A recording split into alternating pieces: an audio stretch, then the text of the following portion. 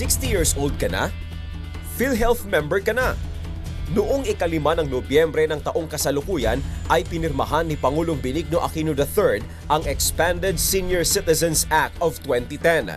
Sa batas na ito, otomatikong mabibigyan ng karapatan ang bawat mamamayang Pilipino na may edad 60 pataas na makakuha ng benepisyong ipinagkakaloob ng Philippine Health Insurance Corporation o PhilHealth.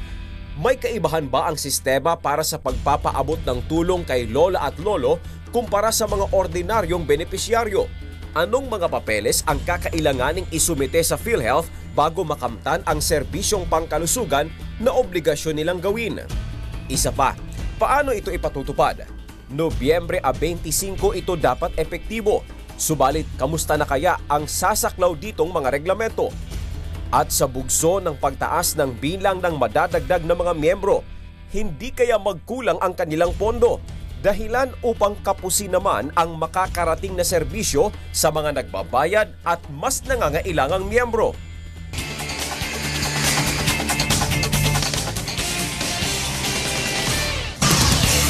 Kasama po namin ngayong gabi ang kinatawan ng mga grupo at ahensya na may kinalaman at maapektuhan sa pagpapatupad ng Expanded Senior Citizens Act of 2010. At ipapakilala yan sa inyo ni Tito Joe. While waiting for our other guest, Prof. George, from PhilHealth, we have with us in our studio tonight the chairperson of the Senior Citizens Party List Group. Walang iba kundi si Mr. Francisco June Tatul Jr. Good evening, sir. Magandang gabi po sa inyo. And welcome to Political Watch. Salamat po at isang karangalan po ang maging bisita nyo ngayon dito.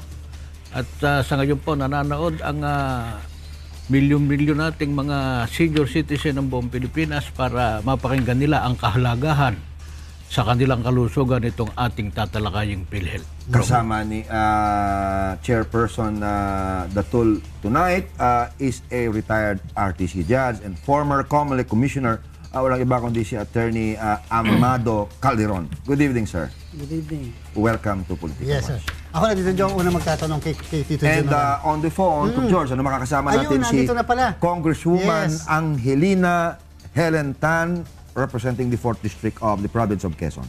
Ma'am, magandang gabi po. Magandang gabi po, Congresswoman. Magandang gabi po, Attorney Ayun, ma'am. George and Joe. Pasensya na, ikay na-istorbo muli namin. Panuhin niyo sa studio. Opo, at na-istorbo ka muli namin at alam po namin kayo nasa probinsya ngayon kasama ang inyong mga constituents. Ma'am, muli po paki-inform nyo nga po yung ating mga nanonood ngayon.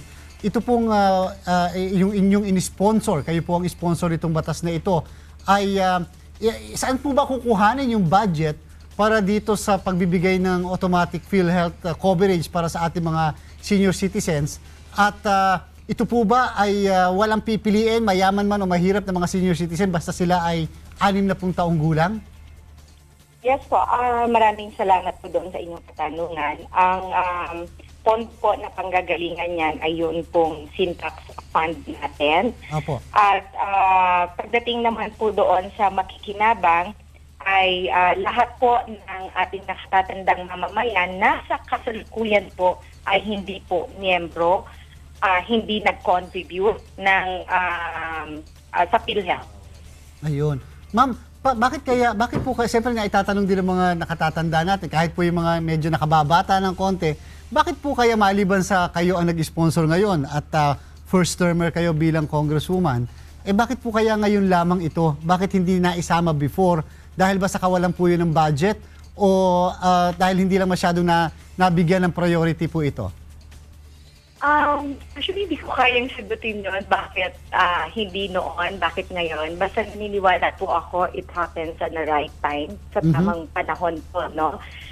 Ako po bilang kinatawa ng ika-4 na distrito ay naging boses ng mga nakatatanda dito sa amin dahil ako po ay palagian na nakakadaupang palad. Yan po yung kaunahang hinaing na nilapit nila sa akin. But bukod po doon, base po sa aking personal na karanasan, ako po pinanganak na mahirap. Ang mga magulang at nakatatandang pamilya po namin ay wala pong merong PhilHealth, no? So sa paglaki ko po, nakita ko po kung gaano kahirap magkasakit nang wala ka man lang kahit ano na makakapitan. So talaga pong nagiging malaking problema po ito para sa bawat pamilya po na merong nakatatanda na wala pong pagkukunan pagka dumating po yung pagkakataon na magkakasakit sila. Ayun. Congresswoman, yung the money that will be generated from the collection of sin taxes, ito pa ay magiging sapat para sa pangangailangan ng lahat ng mga senior citizens natin?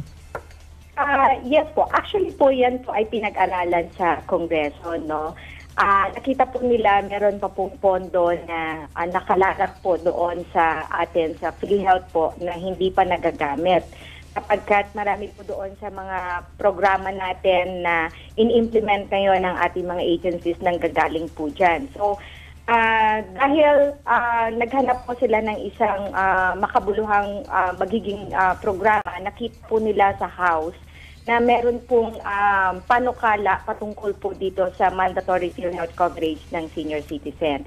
At natuwa po ako na yun po yung nakita nila ng pagdadalahan po ng pondo. Kung ito po ay enough, I think base po doon sa assessment nila ay ito po ay sapat. Even the PhilHealth, hindi naman po sila kumontra o kinontes ito na baka hindi kakayanin or what. I'm sure ito po ay napoproject ng ahensya na concerned, like PhilHealth po. Congresswoman, can you give us an estimate kung more or less magkano ang taxes na mga ito na makakalap ng ating pamahalaan every year on the average? I'm unaware po doon sa exact amount, how many billions po yung sa sin tax. But ang I'm sure of is, based po doon sa narinig kong figure is, from last year, nag-increase pa po yung collection natin for this year. So, naniniwala po ang tayo na hindi naman po magiging kakulangan siguro yung pondo para mo sustain ng PhilHealth po yung pagbibigay ng automatikong membership sa ating mga senior citizens. And of course, ang PhilHealth naman po ay may sarili din na pinagkukunan, may reserve din naman po sila if in case po ay dumating sa pagkakataon. I think mapaghahandaan po nila. Congresswoman, ito ba yung yung Expanded Senior Citizens Act? Does it cover also seniors who hold dual citizenship? Hello? Yes po. Congresswoman, yung ito ba under the Expanded Senior Citizens Act, yung ating bang mga nakakatanda who hold dual citizenship, sila ba covered? No, ang diniscuss po namin diyan ay hindi po namin discuss yung dual citizenship but senior citizen na nakatira po dito sa ating bansa. Ayun. No, so yun po yung aming napag-usapan diyan. Yung dual citizenship that's the first time na narinig ko po yung katanungan but that's a good question that we have to ask to PhilHealth. Ayun, tatanungin po namin. Panghuling katanungan po dahil siyempre kayo ay first-termer congresswoman. Ano po, ay hindi po ba kayo nahirapan na kumbinsin yung mga kasamahan natin sa Kongreso na itong panukalan yung ito ay kanilang aprubahan at kahit paano ay maipursige? Natuwa po ako dahil hindi po ako nahirapan, no? Nang tinawagan po ako na isasalang sa Committee on Family and Population kay Congressman Espina and then sa Committee on Health kay Congressman Erigel. Naging mabilis po dahil sinuportahan po ng lahat po ng agencies concerned ito pong panukala na ito. Yes, and then after po noon, doon naman po sa Committee on Appropriation ay ganun din po, lahat po ng miyembro ay sinuportahan din po ito. Then naipasa po ng mabilis and naipasa po namin sa plenaryo. Nakita ko po na ito po ay naging kasama sa priorities ng ating pong House of Representatives para po doon sa mga panukala na dapat maging isang batas. Yun, ma'am, bago po kami matapos sa inyo, pakikipag-usap sa inyo, ano po, may paparating daw po sa inyo si Chairman ng Senior Citizen, si Congressman June Datul, na pasasalamat mula sa mga senior citizen. Tito June. Marami pong salamat sa pag-aproba ng inyong inihaing batas, yung Republic Act number 10645 para sa 8,300,000 senior citizen ng buong Pilipinas. At lahat po sila ay masasaya dahil yung kanilang mga pangarap na magkaroon na ng libreng PhilHealth sa ngayon ay matutupad na sapagkat ito po ay sa pagpupursige ninyo at sa pag-aapruba ng mahal nating speaker, Feliciano Belmonte, na ama ng senior citizen ng Quezon City. At ganun din ang presidente ng Senado, na si Senador Drilon. Taos puso po kami nagpapasalamat sa inyo. Natupad na ang aming pangarap ng 8 milyong senior citizen ng buong Pilipinas, na sana ito lang po ang pagiging umpisa ng pagmamahal nyo sa amin. At dinadalangin namin na sana kayo po ng mga tumulong sa amin ang magsilbi namin na maging huwaran ng mga senior citizen ng buong Pilipinas. Ayun. Marami pong salamat. Kagalang-galang Congresswoman Angelina Helentan ng Quezon. Ayun, ma'am.